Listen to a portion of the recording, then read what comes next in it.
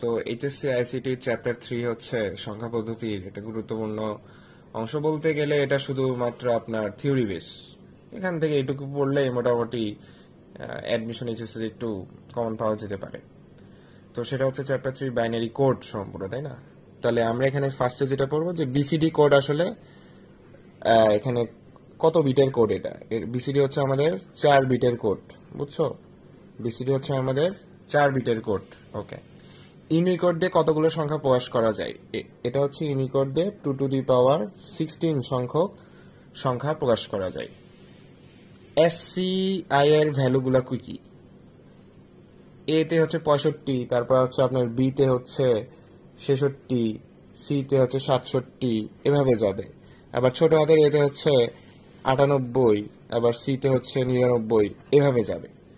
আমাকে আপনি একটু জানাবেন যে এম এর এসি এর